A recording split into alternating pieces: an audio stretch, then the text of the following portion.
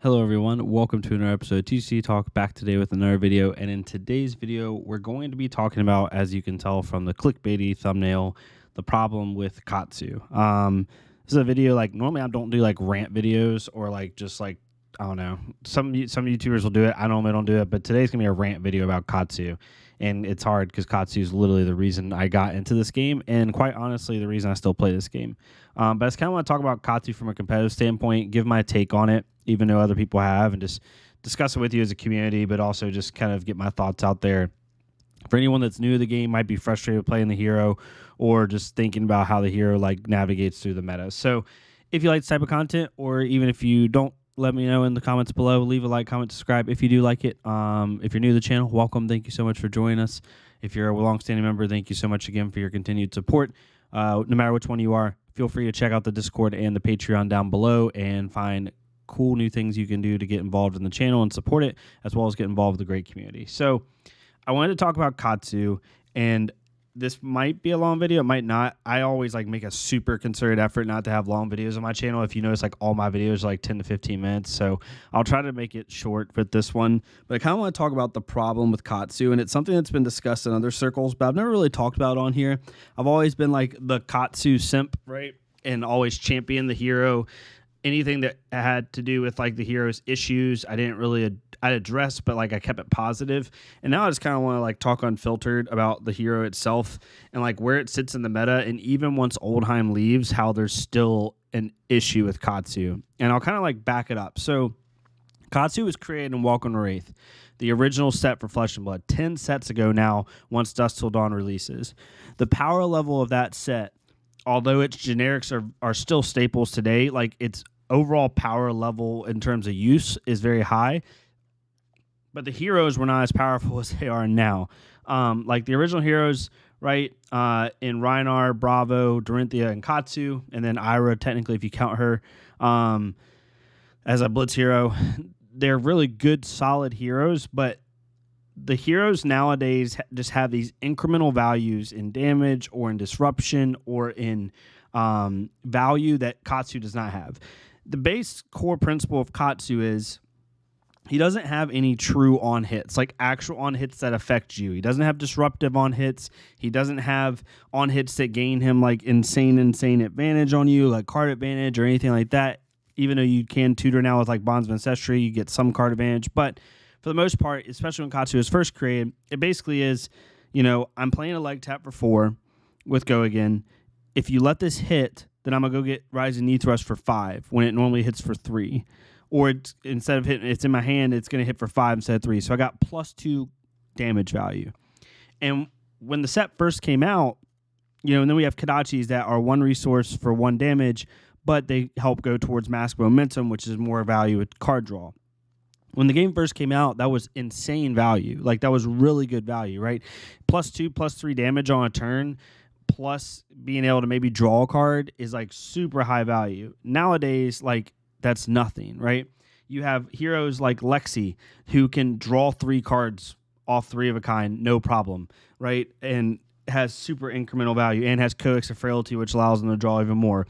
You have heroes like even Uziri who allow you to swap in cards and not know what they're going to be playing and really throw their opponent off guard and get incremental value through things like through some of their attack reactions and some of their disruptive on hits, right? Like things like Shakedown and Surgical Extraction, Leave No Witnesses, Command and Conquer, all these like insane Death Touch, these insane attacks that immediately hurt what Katsu is trying to do. Then you have heroes like Briar and Fi, which Briar and Fi, the matchup has become significantly closer. I would say both these matchups are now a true 50-50, but up until Outsiders, these two matchups were really unfavored for Katsu because the value that Briar gets off a channel turn usually is like +6, maybe +9, maybe more, depending on how they get it. And Fi just outvalues you every single turn. Now you can kind of race Fi. It's a true 50-50 matchup, but not big as a deal. And then you had Azalea, which was it used to be a really fun, like, kind of matchup, slightly unfavored to even back in the Arcane Rising time frame and Crucible and Arcane Rising. And then now with Azalea's on hits and what she can do, if someone who plays Azalea, like it kills Katsu. You put a frailty token out there like that eliminates your Kodachis, right? Like there's so many on hits. Not only do the heroes nowadays have on par or better value than Katsu with what they're trying to do, they can do that while also completely disrupting what you're trying to do. Azalea can disrupt a Katsu very easily. Even an Azalea can disrupt you very easily with like Codex, right? Things like that, giving you an inertia token or giving you frailty tokens. They can do other on hits as well, like infecting shot, really stay up with value. Uziri can really disrupt you really, really easily. Then you have these decks down here like Icelander and Bravo, who also can really disrupt you very easily. Icelander's gone out of the meta a little bit, but I expect her to come back once Oldheim leaves. And Bravo has always been a hard matchup for Katsu. So you have all these, right? So then your thought process is, well, with these new cards and outsiders, maybe I can race these decks down. The issue is a lot of these decks are either 50-50 at best or unfavored. Like if you look at all the decks that are just going to race you, right? Which is basically, if we use this top row here as decks that want to race you, it's basically Azalea, Lexi, Fi, and Briar. These are the 4 decks that are going to want to race you. Now, the problem with playing these decks is they all can either A, race you equally, as I'm messing with my Katsu cards here, race you equally, or B, disrupt you while racing you. So you have Azalea who can put out close to the same amount of damage you do a turn. A decent Azalea turn is 8 damage. A normal Azalea turn is even more sometimes. And then they can hit you for the random like 14 dominate, 11 dominate, while also hitting you with things like Red in the Ledger, things like Hamstring Shot if they want to tech for you, especially in this new aggro meta. You're going to see stuff like that come back. Things like Sleep Dart that turn off your Katsu ability so you can't even go get better cards. All these things, right? So she can just like deal similar damage to you, maybe like 3 to 4 points. Like let's say an average Katsu turn, a good one is somewhere in the realm of 10 damage. And then their pop-off turns are more. But let's say your average turn is 10 damage. Her average turn is about 8 to 9 damage, except she has about 6 times the on-hits that you do. So this matchup sucks. Then you have Lexi, which a normal Lexi turn that for a Lexi who's not being disrupted, which against Katsu, they can just choose not to block you.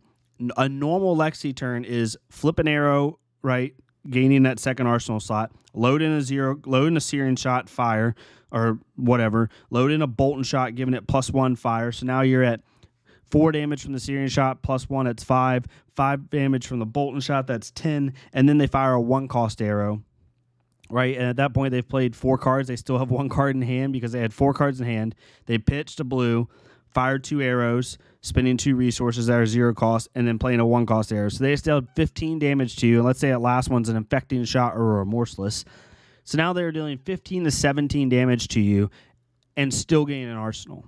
And that's like a good turn, but not even a great turn for Alexi. That's just a good turn. A bad turn for Alexi is 2 arrows and an arsenal, which is like Syrian shot into, let's say, infecting shot, right? That right there is 12 damage. So their bad turn is equal to your normal turn.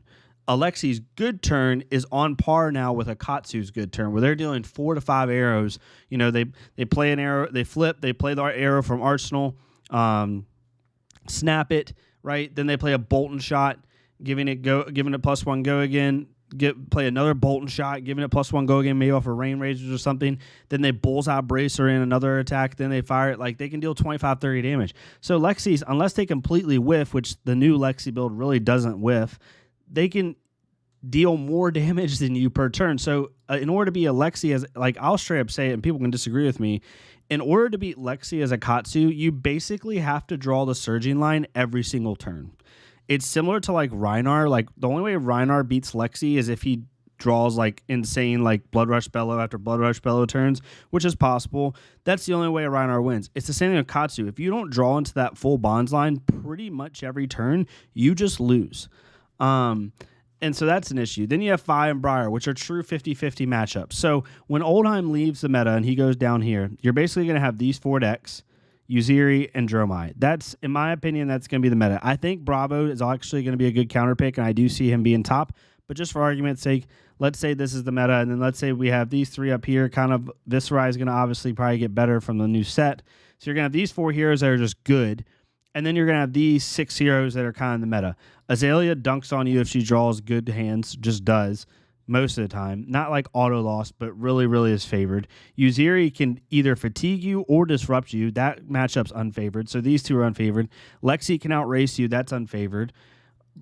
Briar and Phi are 50-50. And then Dromai is, I think, favored. So unless they're running the Empress Dromai like the red line version, in which case it's a 50-50 still. So out of the top 6 matchups you have as a Katsu, you have 3 unfavored, 2 which are pretty heavily unfavored. You have 2 50-50s, and you have a favored. That's not good. That's not what you want from a meta deck. And then you look at the second tier heroes. Icelander, I think, is favored now without hypothermia, but it's still not fun. And if they run the full like Ether Ice Vein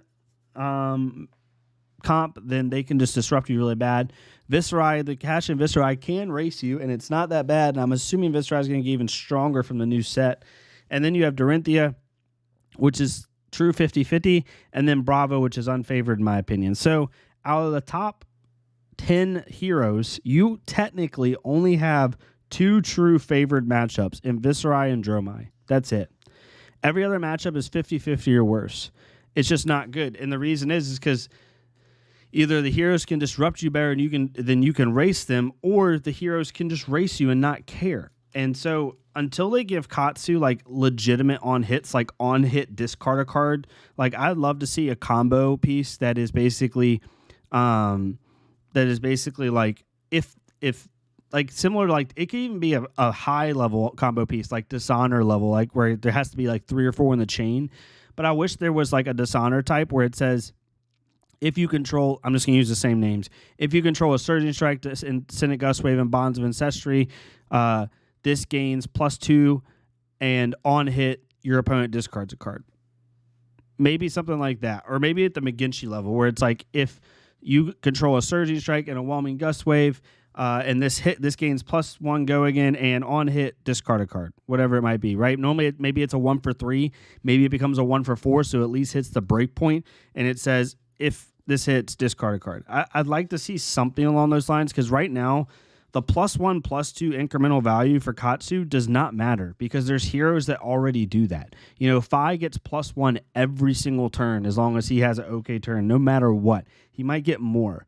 If he has a Spreading Flames turn, he gets +2, +3. If he has a Spreading Flames Art of War turn, he gets even more. Briar gets most of the time +1, +2 off arcane damage, because you're not going to pitch for that. And on her channel turns, she's getting +3, +6, maybe even +9 on those turns. It's insane. Lexi gets minimum +1, +2 every single turn, right? When you count the +1 off Voltaire and you count the on hits that she has, like with Searing Shot and Infecting Shot. So all these heroes literally, not Dromai, but these 3 heroes literally already do what Katsu does. And yes, I can sit here and beat the drum on like making your opponent interact with you, blah, blah, blah. But like at a high level, opponents know Katsu. They know the deck. They know what it can do. And at that point, it's just simple math. Like for these 3 heroes, it's just simple math. Okay, Katsu's going to deal 21 damage to me. Okay, I'm a Phi. I can deal 24 here. Whatever, right? Or hey, I'm a Lexi. I can deal 19 here, but if he doesn't block, I'll deal 22, which he's not going to block. So, you know what I mean? So it's hard. It's a difficult thing to cope. And I know I'm kind of rambling, and I normally don't use this channel for that. But Katsu right now is just not in a good spot. And even after Oldheim leaves, he's still not going to be in a good spot. Uziri and Azalea are going to disrupt the crap out of you, and Icelander. And like, if we just change the way these tier lists go, like it's going to look like this. Like you're going to have the disruption decks that are going to just piss you off. Then you're going to have the race decks that don't care, which is, I think Dory's going to get that, and Viscerai. They're both going to get tools. All 5 of these decks will just race you and not care. And then you start to get into the decks you can contend with. Decks you can contend with, right? Which is these. I think Bolton's going to be in this. I think Bolton's might get 1 or 2 cards that just help him out a little bit more, right? Even Kano is hard. So, like, even getting rid of this row, like, you basically can play with these decks pretty comfortably, and then the rest of them don't care about what you're trying to do, and then finally these just disrupt the crap out of you. So it's it's really hard as a Katsu because the problem with Katsu is he doesn't have a lot of room to tech compared to other heroes, right? Like he can't change his archetype up a little bit. You could go back to the flick flat Katsu, and I've tried it. I've tried the Turtle Time Katsu, like the Turtle deck Katsu, and even that deck, like you can't out block or you can't outvalue or out block a Lexi or a Phi. They'll still push through it, right? You're basically trying to be an Arachne when you play like that now. Like it worked back in the day when people couldn't go as wide, but now there's like 3 deck, like if Briar hits 2 Channel Mount Heroic turns, you're not blocking for 28, right? 21, 28, especially if you're just blocking for the most part, maybe saving a card, and you give them time to sculpt, and they know you're just blocking. Briars are going to have 2-3 turn channel turns, and if they're dealing 21 to 28 a turn on you, you're not blocking that out. I don't care if you have 9 Flick Flacks in your deck. You're not blocking out Alexi that's dealing 15 damage every single turn, and you're not blocking out a Phi. So it's just hard. It's really frustrating. I want Katsu to be good. I really, really do. I think at a high level, high level, like the best Katsu players in the world can get an occasional top is basically the way it works right now. Basically, the best Katsu players in the world, and I don't mean like best like top 5. I mean like, a couple handfuls. Like the top 20, 30 Katsu players in the world can top their local events like a Road Nationals or a ProQuest, like top 8, top 4. But when it comes to a call-in, like, he's just never going to be there until he gets something that, unless they just get lucky and they match up with, like, a Rhinar, a Dash, they 50-50 win a Briar match, they 50-50 win a Phi match.